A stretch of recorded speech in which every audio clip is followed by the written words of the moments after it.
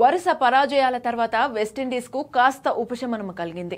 Brian లారా స్టేడియంలో పాకిస్తాన్తో జరిగిన మూడో వన్డేలో వెస్టిండీస్ పాకిస్తాన్ జట్టును కేవలం 92 పరుగులకే ఆలౌట్ చేసింది. దీంతో నిర్ణయాత్మక మ్యాచ్లో తలబడి 202 భారీ పరుగుల తేడాతో పాక్ మ్యాచ్ను కోల్పోయింది. దీంతో ఎట్టకేలకు విండీస్ ఒక సిరీస్ను గెలిచింది.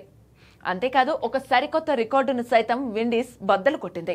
కాగా ట్రినిడాడ్లోని తరౌబా బ్రియాన్ లారా స్టేడియంలో పాకిస్తాన్తో జరిగిన మూడో వన్డే మ్యాచ్లో స్టార్ ఆటగాళ్లతో నిండిన పాకిస్తాన్ జట్టు కేవలం 92 పరుగులకి ఆలౌట్ అయింది.